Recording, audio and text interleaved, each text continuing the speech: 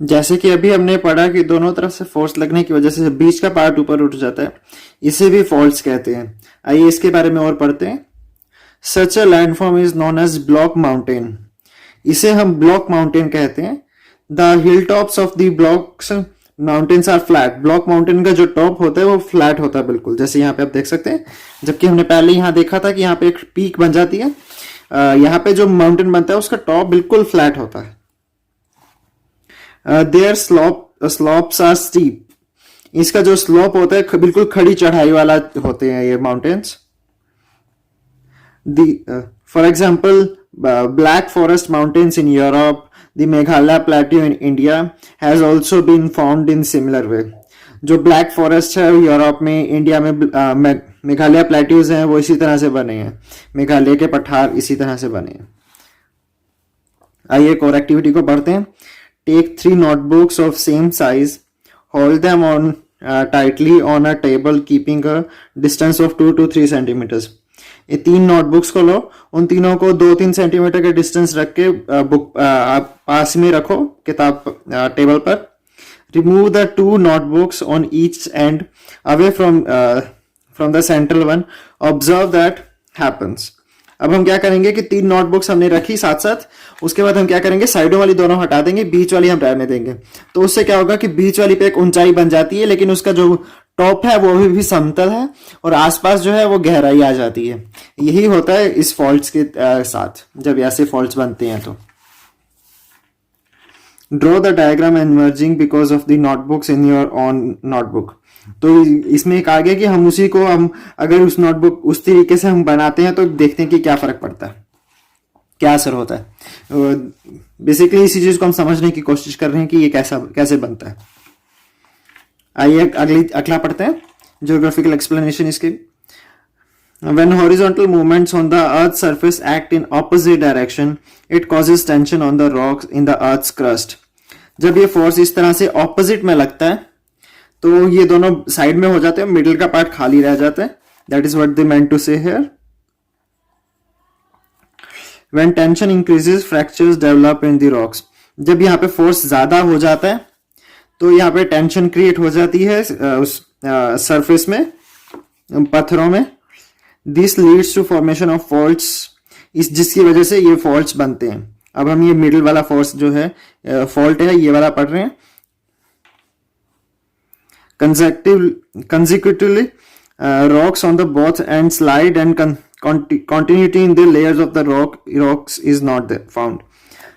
इससे क्या होता है कि पहले ये समतल था, लेकिन अब यहाँ पे इस तरफ से यहाँ ये इस तरफ मूव करने लगा, ये इस तरफ मूव करने लगा, बीच का हिस्सा जो था वो नीचे चला गया। तो अब यहाँ पे कंटिन्यूटी नहीं रही, अब ये ब्रेक हो गया। That is what is mentioned here. Rift valleys, sometimes 2 fractures developed side by side in the earth's crust। कई बार ऐसे 2 फ्रैक्चर धरती के बगल के हिस्से में होते हैं। The land in between these fracture subsides, तो इनकी वजह से जो है वो लैंड अलग हो जाती है। और this subsided deep part is called rift valley. जो बीच का पार्ट बच जाता है इसको हम रिफ्ट वैली कहते हैं। Figure 2.10 A and B shows this only. यहाँ पे A और B यही है, ये जो बीच का पार्ट है ये दोनों अलग हो गए। इस पे इस तरफ से फोर्स लगने की वजह से, इस तरफ फोर्स लगने की वजह से बीच का पार्ट अलग हो गया, खाली हो गया। तो यहाँ पे जो है ये फॉल्ट क्रिएट हो चुका है, ये रिफ्ट वैली क्रिएट हो चुकी है। Both the slopes of the rift valley are steep. जैसे हमने यहाँ पे देखा, यहाँ पे भी स्टीप होता है, बहुत ज्यादा तीखी चढ़ाई होती है। यहाँ पे भी इसी तरह से होता है, बहुत ज्यादा तीखी चढ़ाई होती है इस तरफ से। जबकि अगर हम पहाड़ों की बात करें तो ये स्टीप नहीं होता, ये स्लोपी होता है, इसका स्लोप कम होता है। यहाँ पे स्लोप बहुत ज्यादा होता है। For example the rift valley of river Narmada in India. जैसे कि इंडिया में नर्मदा रिवर की रिफ्ट वैली जो है वो इसी तरह से बनी है। The Great Rift valley of Africa, the Rhine rift river rift valley of Europe, ये इसके और एग्जाम्पल्स हैं। कॉन्टिनेंट बिल्डिंग, अब देखते हैं कि कॉन्टिनेंट्स कैसे बनते हैं। Slow movements occur towards the centre और from the earth centre towards the earth's crust. Earth के सेंटर से अर्थ के क्रस्ट की तरफ जब धीरे धीरे मूवमेंट होती है, because of these movements a vast part of the earth's crust is uplifted और गेट्स सबसाइडेड। तो इन मूवमेंट्स की वजह से जब धरती का कुछ हिस्सा ऊपर उठ जाता है या फिर वो नीचे चला जाता है। When the part of the earth's crust is uplifted, जब कॉन्टिनेंट्स आर फॉर्म्ड, जब धरती का कोई हिस्सा ऊपर उठाता है तो उससे कॉन्टिनेंट बनता है। Therefore, these movements are called continent building movements। इसलिए इन मूवमेंट्स को हम कॉन्टिनेंट बिल्डिंग मूवमेंट्स कहते हैं। यही मूवमेंट्स कॉन्टिनेंट्स को बनाती हैं। Extensive plateaus can also be formed because of such movements. अक्सर पठार भी इसी तरह इन्हीं मूवमेंट्स की वजह से बनते हैं। If the originally continental portion of the crust subsides below the sea level, it forms a part of the sea bed. अगर वो पार्ट जो है वो बिल्कुल सी साइड के पास बन जाता है, समुद्र के तट पर बनता है, तो हम उसे सी बेड कहते हैं। समुद्री तट के पास बनता है। तो sudden movements in the beginning of the chapter we have discussed and studied the news item on earthquake. इस चैप्टर के शुरू में हमने अर्थक्वेक के बारे में पढ़ा था। Earth means the ground and quake means the trembling. Earth का मतलब धरती और क्वेक का मतलब हिलना बहुत तेज। Earthquake is the movement of the earth's crust. Earthquake जो है, भूकंप जो है, वो धरती के ऊपर के हिस्से का हिलने को कहते हैं। उसमें अगर कोई हलचल होती है तो उसे हम अर्थक्वेक कहते हैं, भूकंप कहते हैं। You have been acquainted with the magnitude and effects of earthquake through the activity of the beginning of the chapter itself. और इस चैप्टर के शुरू में ही हमने एक्टिविटी से ये समझा भी था कि अर्थक्वेक कैसे पैदा होता है। Now we will look at the sudden movement called earthquakes and volcanoes in the earth's interior in detail. अब ये भूकंप और ज्वालामुखी धरती में कैसे पैदा होते हैं, इसके बारे में हम डिटेल में पढ़ेंगे।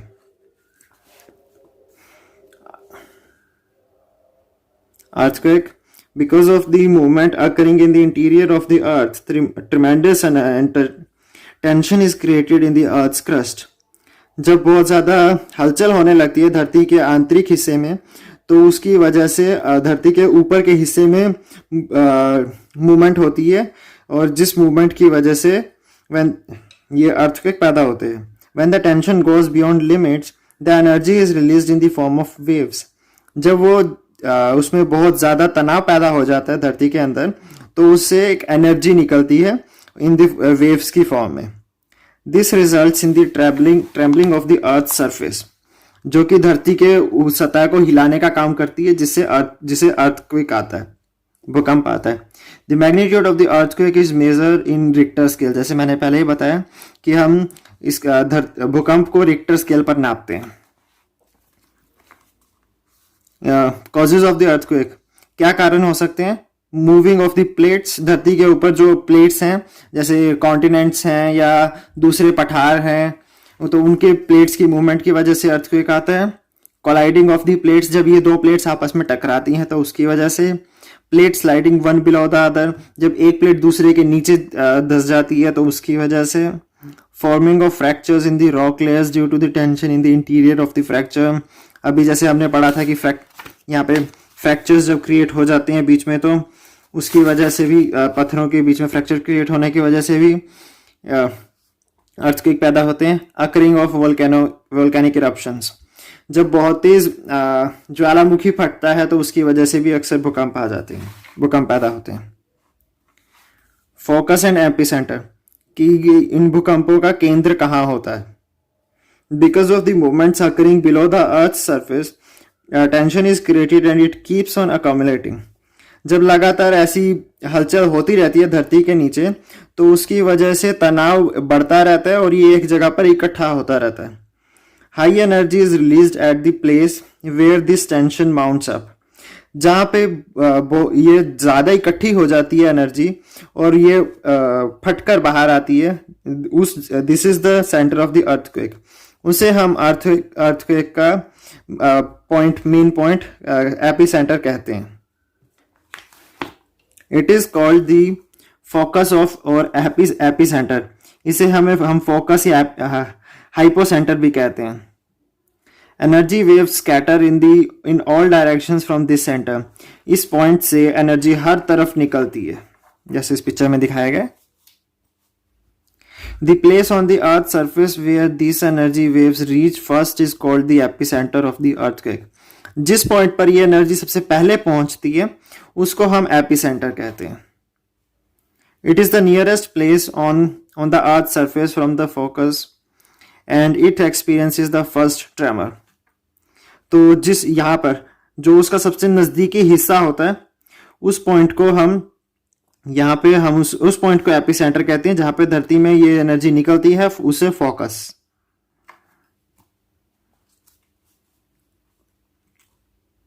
The epicentre is the perpendicular to the focus. Epicentre हमेशा धरती और फोकस के बीच में 90 डिग्रीज का एंगल बनाता है। ये हमेशा इसके परपेंडिकुलर होता है शॉर्टेस्ट डिस्टेंस पर। When the tension is released at the focus the release energy travels in all directions. जब यहाँ पर फोकस पॉइंट पे एनर्जी को एनर्जी रिलीज होती है तो वो हर डायरेक्शन में यहां से जाती है। This energy comes towards the earth surface in the form of waves. ये धरती की तरफ वेव्स की फॉर्म में आती है। The seismic waves can B divided into primary, secondary and surface waves. In seismic waves को, जो ये वेव्स धरती की तरफ आ रही हैं, इनको हम 3 कैटेगरीज में डिवाइड करते हैं, primary, secondary and surface waves. Primary और P waves, these are the first ones to reach the surface of the earth after the energy is emitted in the earth's interior। ये जो है ये पहली waves होती हैं जो सीधा यहाँ पर देख सकते हैं बिल्कुल परपेंडिकुलर, बिल्कुल सीधी आ रही हैं। ये पहली झटका होता है जो हम धरती पर महसूस करते हैं। They travel at a very fast speed from the focus of the earthquake in the radial direction। ये इसकी बिल्कुल सीधी डायरेक्शन में यहाँ से ट्रैवल करती हैं और सबसे तेज यही पहुंचती हैं सबसे धरती की तरफ। Subjected to a P wave, particles in the rock move in the direction of wave to and fro। ये वहां पर जाते हैं पार्टिकल्स और वहां से टकरा के वापस आते हैं, तो वो उसको टू एंड फ्रो मोशन कहते हैं। Therefore these waves are also called as forward backward waves। इसलिए हम इसे फॉरवर्ड और बैकवर्ड वेव्स भी कहते हैं। These waves can travel through all the 3 states, solid, liquid and gaseous। ये वेव जो है वो तीनों सरफेस तीनों तरह के माध्यमों से ट्रैवल कर सकती हैं, सॉलिड से भी, लिक्विड से भी, गैस से भी। But while traveling through the liquid medium, their direction gets changed। लेकिन जब ये लिक्विड से ट्रेवल कर रही होती हैं जैसे समुद्र के अंदर से, तो इनकी डायरेक्शन जो है वो अक्सर बदल जाती है। It is because of the primary waves that are building on the earth surface move back and forth. ऐसा इसलिए होता है क्योंकि धरती के सतह पे जो वे प्राइमरी वेव्स बन रही होती हैं वो आगे पीछे मूव कर रही होती हैं, तो उसकी वजह से इनकी डायरेक्शन जो है वो अक्सर बदल जाती है। सेकेंडरी वेव्स और S waves, the waves which reach the earth's surface after the primary waves are called secondary waves।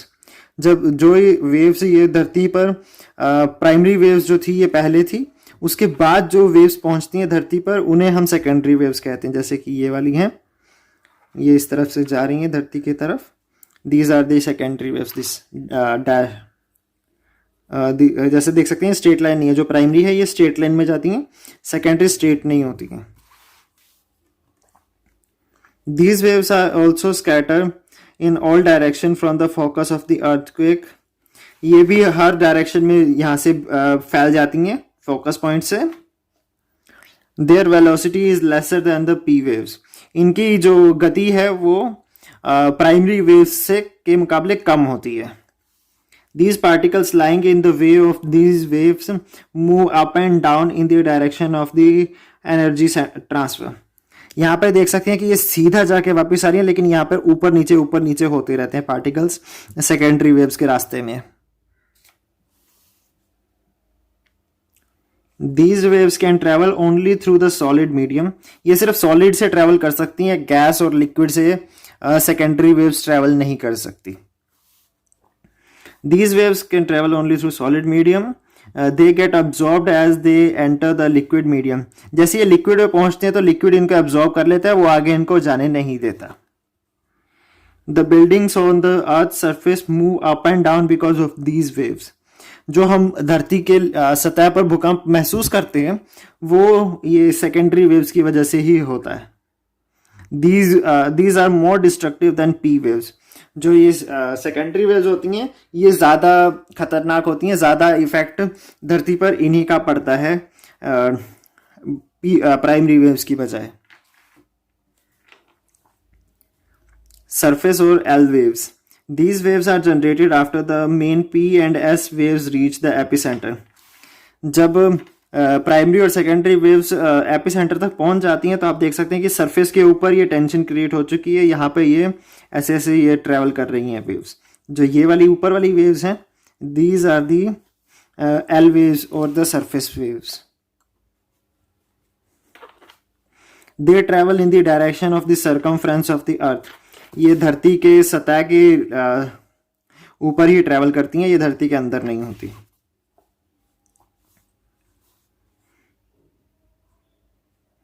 Earth along the crust they are highly destructive और इनसे काफी ज्यादा नुकसान होता है सरफेस वेव से। Seismogram there through this instrument a graph showing the movement of the seismic waves can be generated. जो seismogram जो है ये एक इंस्ट्रूमेंट है जिससे हम ये चेक करते हैं कि कितने जो हमें अभी रिक्टर स्केल पर चेक कर रहे थे कि अलग अलग भूकंपों की गति कितनी होती है, वो सेस्मोग्राम से ही मेजर की जाती है। तो ये ग्राफ के फॉर्म में इस तरह से ये वेव जनरेट करते हैं कि जब धरती के सतह पर ये भूकंप आता है तो यहाँ पर सेस्मोग्राम जो है ग्राफ बनाता है जिससे हमें पता चलता है कि इसकी गति कितनी थी और क्या इफेक्ट था इसका धरती की सतह पर। जो ये वेव्स बनती हैं उसकी वजह से ही ये सेस्मोग्राफ जो है ये वर्क करता है। After studying this graph the magnitude of the earthquake is non. इस ग्राफ को पढ़ के ही हमें इसकी भूकंप की गति का पता चलता है। Figure 2.11 shows figure 2.11 shows a simple seismogram and a seismograph prepared from it। जैसे मैंने अभी दिखाया 2.11 में ये पूरा दिखाया गया। Now with the help of the modern technology advanced seismograms have been diagnosed with their help even microseismic waves can also be measured। ये पुराना जो तरीका है ये वो था, अब एडवांस टेक्नोलॉजी आने के साथ ये और भी ज़्यादा अच्छा बन चुका है और हम छोटी से छोटी वेव भी पता लगा